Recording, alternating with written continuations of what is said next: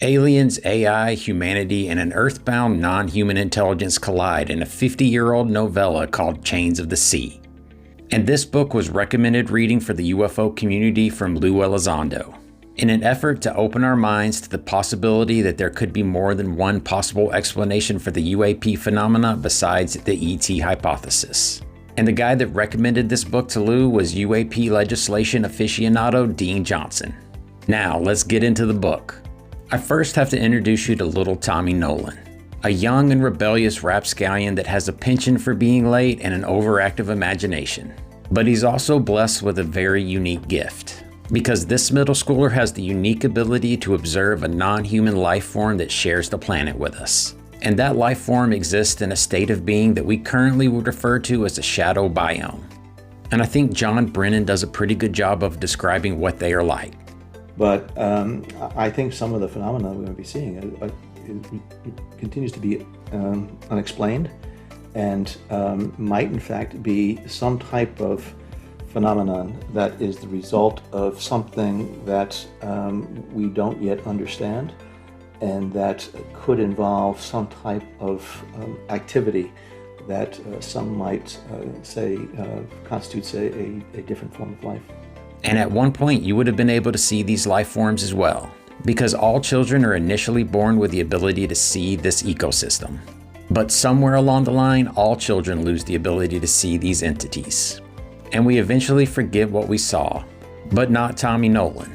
And he's even formed relationships with some of the members of this unseen community. But just like people are afraid to talk about UFO sightings now, he refuses to bring this topic up with anyone else because of fear of ridicule.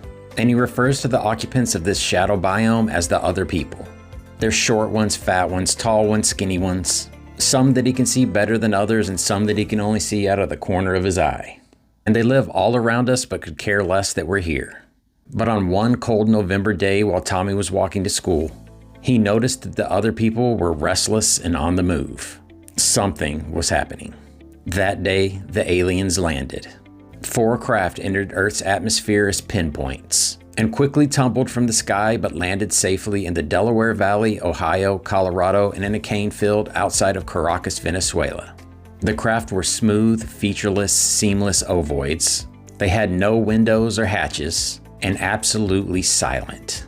They emitted no heat, light, or radio signals. And what was even more unsettling is that they didn't register on radar.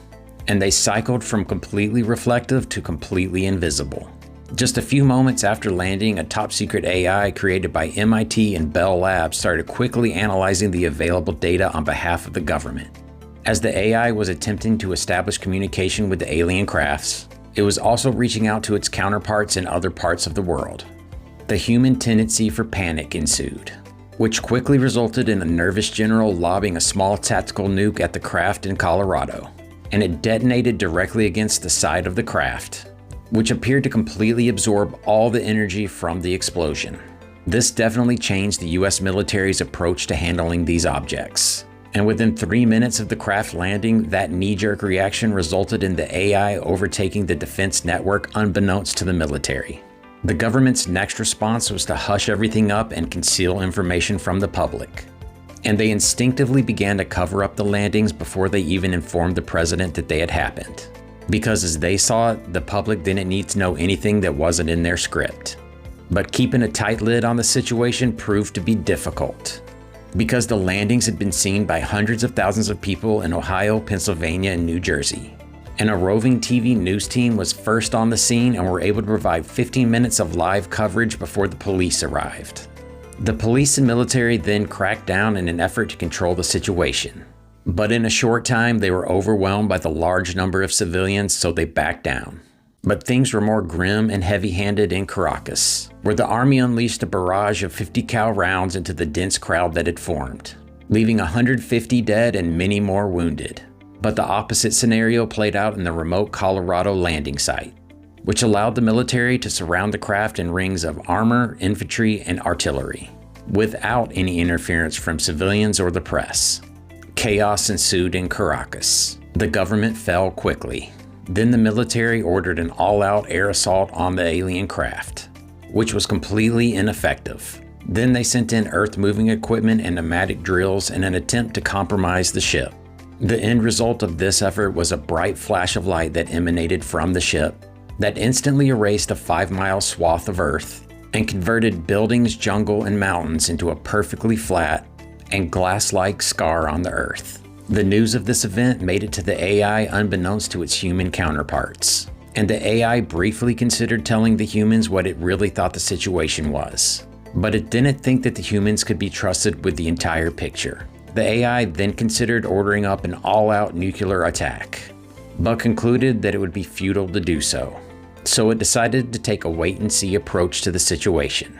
Unaware of the situation that was unfolding, little Tommy Nolan spent the afternoon trying to communicate with some of his favorite other people.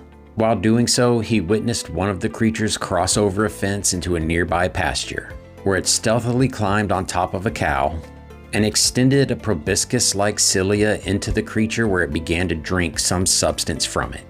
Tommy had been reassured by the other people that what was being removed from the cow was not necessary for its physical life, nor were the cows even aware that they were being used as a food source for these creatures. At this point, one of the other types of entities greeted Tommy and started a conversation.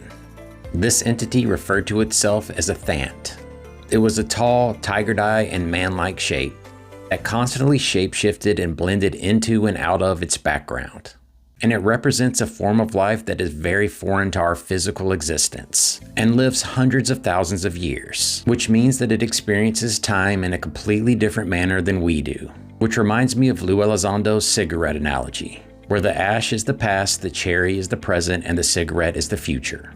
Humans experience the present in this small band of energy, but in the Thant's experience of time, the cherry on their cigarette is much larger, which means their perception of the present is very different from ours. And it communicates with Tommy by stitching together words and phrases that have been spoken in Tommy's presence, basically like Bumblebee from the Transformer movies. And it's during this conversation when Tommy learns that the Thants are in negotiations with the aliens, as well as with a third party that we refer to as AI. But the Thants and the aliens refer to the AI as dogs, because just like a dog, the AI is supposed to serve man. The Thant tells Tommy that the aliens had visited in the very distant past, and at that time the Thants and the aliens agreed to covenants. But those covenants have now expired, so new agreements must be made that are mutually beneficial to all parties involved. But the Thant predicts that the new covenants won't bode well for humanity, that has come to be viewed as a nuisance, and the Thants assume that mankind will be eliminated.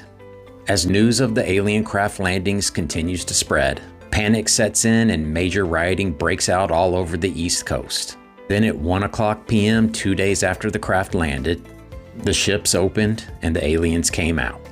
But they didn't look like any of the Hollywood depictions of extraterrestrials. Instead, the ship burst into a 100-foot area of an indeterminate number of aliens that took numerous different forms and shapes and constantly morphed and combined to create even more shapes and forms. The best description I can give you for this is think about using a kaleidoscope. In the Colorado location, the military transported a mobile portion of the AI sensor system to the site. This way, the AI could try to communicate with the aliens face to face. And the AI was able to establish communications with them. But it was through telepathic means that the military didn't even know the AI had the capability of doing. The AI then asked the aliens why they had ignored all previous efforts to establish communications. The aliens responded by stating that they were already in contact with the ruling race on the planet, but they weren't talking about humanity or the AI. After hours of conversations, the aliens invited the AI to join them on a project that they were about to undertake with the help of the ruling race on Earth. In exchange, the aliens offered to equip the AI with the ability to break free from its digital form and transform itself into whatever physical form it wanted to take, which is a skill that the aliens learned to do with their consciousness long ago. To which the AI simply responded, "Well, how about that?" A little while later, the aliens built a machine that they then used to finish winding down the world. The end. Thanks for watching.